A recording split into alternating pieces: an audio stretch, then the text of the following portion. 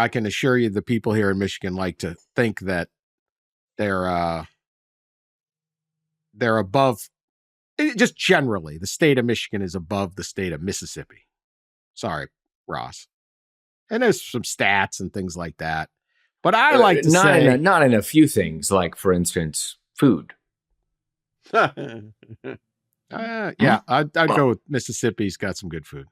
I'll go with the food. But more like child mortality rates and things like that. Well, I don't. Let's not get into all that. Stuff that, education. These things don't matter. I don't care about those things.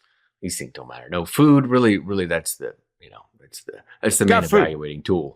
It's a good one for me. I'm not looking down on anyone. And when it comes to the annual game between the two most prominent football teams, people talk about the Egg Bowl being crazy because it is. And the Egg Bowl being crazy even when both teams stink and nothing changes and they just beat on each other. Michigan can't be looking down on anybody because the Paul Bunyan, they play for the Paul Bunyan Trophy, which alone is like this massive thing. And I thought Paul Bunyan was from Minnesota, but what do I know? I didn't go to either school. This is my tax money at work.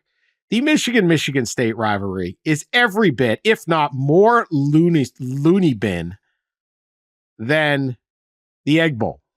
And I think it deserves that respect. The Northern Egg Bowl is nuts. I'm going to come up with just, first off, last 10 years, 5-5. Each team's won. I'm going to go through a few of these. And I'm not even talking distance past, but like semi-recent past where they had like, there was a trip in the end zone, decided a game. There's Spartan Bob. Remember that one, Pat? The clock keeper at East Lansing. There was an extra second thrown on the game. And he became known as Spartan Bob and became legend. See, these are the things no one knows about. Yeah, I got nothing on that one. There was an end of a game in Michigan State. They were able to spike the ball with 1 second left, and that 1 second, at least in the Michigan timing, took about 4 seconds. This guy just hit the button, and then it became known as Spartan Bob. He's a big hero up there. There's like shrines to him at bars and things like that. He hasn't paid for a sandwich in like 15 years because he helped the Spartans win one. So we got Spartan Bob. We got the little brother comment by Mike Hart calling Michigan State little brothers, which just set Mark D'Antonio off. I don't know any coach that hated his opponent more than Mark D'Antonio. Pride comes before the fall. He warned him. It'll never be over. Just spewing anger. We had the game up in Michigan State where the Spartans linked arms and walked the field before the games. But then Michigan's I remember. Devin Bush was scuffing up the Spartan logo, so they just kind of plowed through them. Led to a $10,000 fine, reprimands of pretty much everybody. Harbaugh, D'Antonio, the schools. Everybody D'Antonio was reprimanded for, quote, failing to take action to mitigate a foreseeable conflict from occurring. Absolutely fantastic reprimand. It was a foreseeable conflict. That is true. There's trouble with the snap where the kicker this Australian kicker for Michigan fumbles the ball right into Jalen Watts Jackson's arms. He runs into the 10 zone and wins the game in the final. The only way Michigan State would win the game is if the ball happens to get thrown, basically. I always think I don't know who that kicker was. Jalen Watts Jackson's quite famous. The kicker is not. He's probably in Australia going, dude, let me tell you this story about these lunatic game. I botched the whole rivalry. Everyone hates me. There was 2 years ago a tunnel brawl, which was more just like people beating on Michigan State guys beating on a Michigan player with a helmet. That was so significant that it caused both the Washtenaw prosecutors to charge 7 Spartans with a misdemeanor assaults, actual criminal case, and a remodeling of Michigan Stadium. They expanded the tunnel to try to cut down on post-game brawls. Oh, yeah. Yep. MSU took $100K for that one.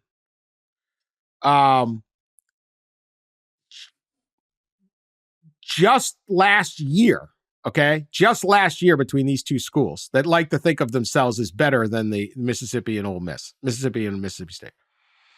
We had Connor Stallion show up on the sideline of an MSU game. Perhaps. Ain't no perhaps about it. Allegedly.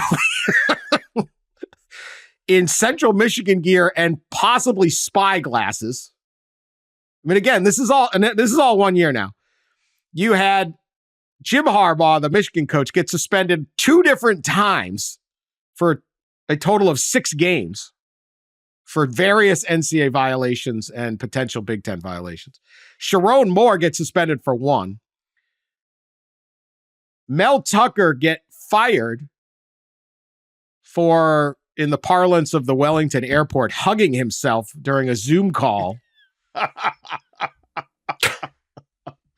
Oh, Dan. He then sues the school for $80 million. I mean, these are the head coaches. One guy got suspended for half the season. One guy got fired for that. And then pregame Hitler trivia on the Spartan Stadium score. Yeah, that was amazing. Now, Ross, you know your Egg Bowl. Can you bring more than that to the table? I think this is the craziest rivalry. I don't know. I mean, one coach got fired in the Egg Bowl because his player fake urinated on the field. It's a good one. And the other coach's job was saved because of it. Until he was fired too. He was fired later. Yeah, after the bowl game. That's right. After the bowl game. Yeah, they both were fired. Yes, that's true. I have plenty of good Egg Bowl stories. Not to run all of them down, but one of my favorites is, and it's kind of in the Egg Bowl, the week of the Egg Bowl, there's a lot of spying and espionage going on, and the coaches are always extremely insecure about their practice, getting videoed by the opposing school fans the week of the game. So like a few things happened Egg Bowl week over the years. One of them was Jackie Sherrill, a Mississippi State coach, planted trees around his practice field specifically to prevent Ole Miss from spying. Those trees, by the way, which when I was in school, they were like 5 feet high. They're like 15, 20 feet in the air now. It's amazing. Nice. And they border the whole thing. The other thing is the spying during Egg Bowl week is so notorious that Ole Miss coaches, when David Cutcliffe was coach, they were practicing in the stadium, in Vaught Hemingway Stadium. And there's a Mississippi State fan that was at the top of the bleachers looking down with binoculars. He was dressed in maroon. And David Cutcliffe stopped practice, pointed him out, and the strength coaches ran up. And they beat him up, and then they threw him over the side of the stadium. And all the players on the football field are like, whoa, what just happened? Did we just murder somebody? It was a mannequin that David Cutcliffe put up there as a joke. But those are just things. I remember when Dan Mullen had a, he did the old thing where you not just pee on the logo of your opponent, but also the logo was in the commode. Somehow they put the logo in the commode so you can drop a deuce on it as well. But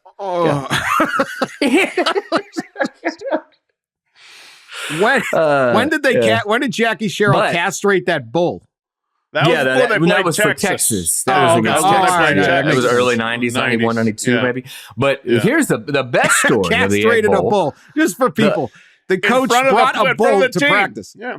The best story. Watch us cut the stuff off of the bull. Yeah, right. Came just what, 8 years ago or so. Pat, you know what I'm about to say? Steve Robertson, the longtime Mississippi State reporter and fan, filed a public records request in Ole Miss, got a lot of the information on Hugh Freeze that eventually, honestly, if you talk to everybody involved, really was the thing that led to his firing, because they didn't remove a lot of the numbers out of the public records. It's amazing. So forever in the history of Mississippi State, Steve Robertson will be forever crowned as king in Starkville. Yeah, see, Steve Robinson's like the Spartan Bob of, it's like these random, yes, that is true. You catch the rival coach who's crushing it, making ill-advised phone calls to services. That's pretty strong. I'm not saying it's a knockout. I'm just saying this is there should be a grad school dissertation on this. Someone needs to do a report. crazier rivalry, Mississippi State, Ole Miss, or Michigan State, Michigan. And I just think the thing is the Michigan fans set up, Michigan State fans, they think they're above this. You're not. No. The Connor Stallion stuff is truly an added element that is hard to even match, I will say, like, in the history of the podcast, the fake pea egg bowl game and the pole assassin monkey were probably 1-2 in terms of the greatest stories we've ever had. But the Connor Stallions thing, the length and breadth of material that gave us was awfully good too. Content Stallions. Yes. So you may be looking at a couple 4-3 teams on Big Ten Network at 7:30 on Saturday and going, nah, probably not. Something going to happen. 2 teams tied for 7th in the Big Ten.